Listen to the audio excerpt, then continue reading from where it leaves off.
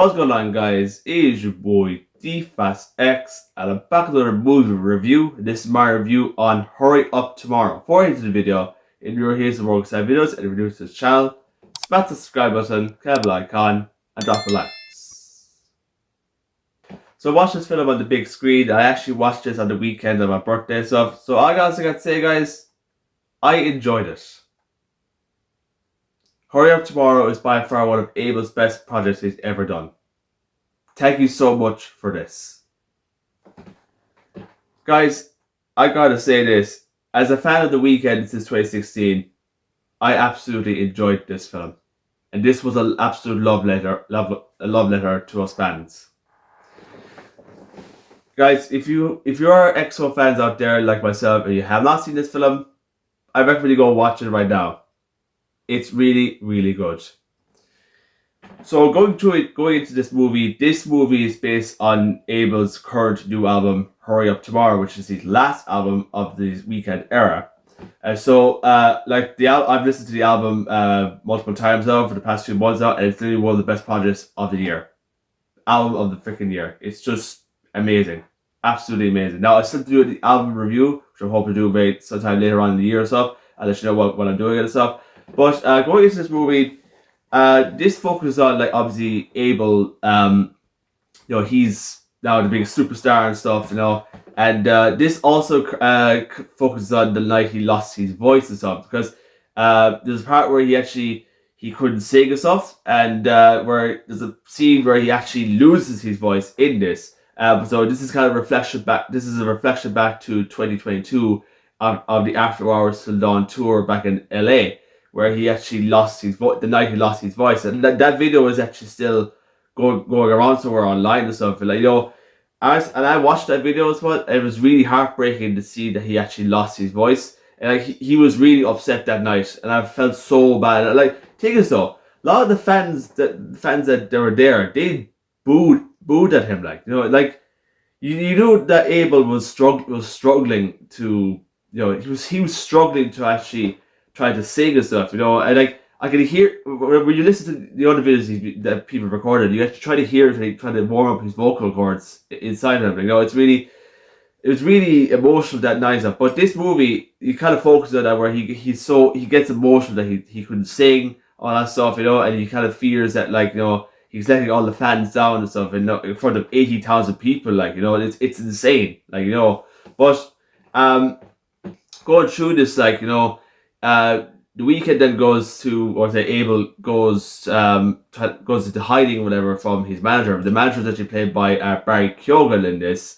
He stars as a character called Lee, and he's on the hunt trying to find Abel after he ran away after he lost his after he lost his voice in the movie. So he tries to find Abel, but he gets bumped into this character called Anima, played by the talented Jenna Ortega in this, and she kind of would say helps The Weeknd. She kind of gets trying to kidnap, but she kind of hides away with The Weeknd for a night or so in the hotel, whatever. And so, but the thing is though, in her character, it's a bit strange. It's a bit strange with her character. I noticed in the film that I found that in the film there were some moments that were a bit strange, really, for seeing what was going on. I didn't understand what was actually going on in the film and stuff. But her backstory of her character is kind of like Abel's real-time story in this. If you actually listen to what Jenna says in the film and stuff, because the guys who've been following The Weeknd for a long time, I know Abel's backstory and stuff, and how before he became famous and all that stuff. So I know exactly what was going on. But I just want to say this, for the people who haven't been following The Weeknd at all, or barely listened to The Weeknd, you'll find this movie very, very hard to follow. And this is no joke. You will really, really find it hard to follow this movie, because if you have not been following The Weeknd's music and his life for the past few years, so since the beginning, you won't understand this. For me, the first album I listened to was Starboy, and I went back in time then when to Trilogy, Kiss and Beauty Band Madness, and then obviously his new albums he released, After Hours, Dawn FM, by Jay Melancholy, all that. And I listened to all of them. And I've listened to even to Abel's lyrics. If you listen to Abel's lyrics, you hear his dark story through the lyrics, which is really, really, really interesting from Abel, But as I said, I really enjoyed this film as well. And it's by far one of the best things that Abel has released this year and stuff. And like going through Abel's life from the very beginning, he went from this this guy living on the streets of Toronto, and now the biggest superstar in the world, selling out sold out stadiums, which is insane and stuff.